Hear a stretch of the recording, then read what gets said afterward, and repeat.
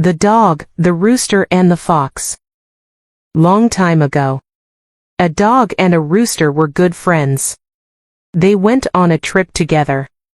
At night, the rooster flew up to a tree and slept on the branches. The dog slept in a hole under the tree.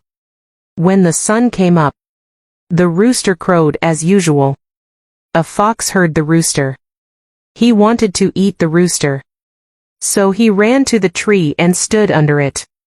He smiled and said to the rooster, "Your voice is so nice. It sounds great.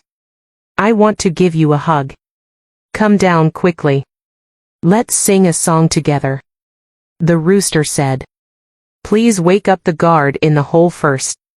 When he opens the door, I can come down."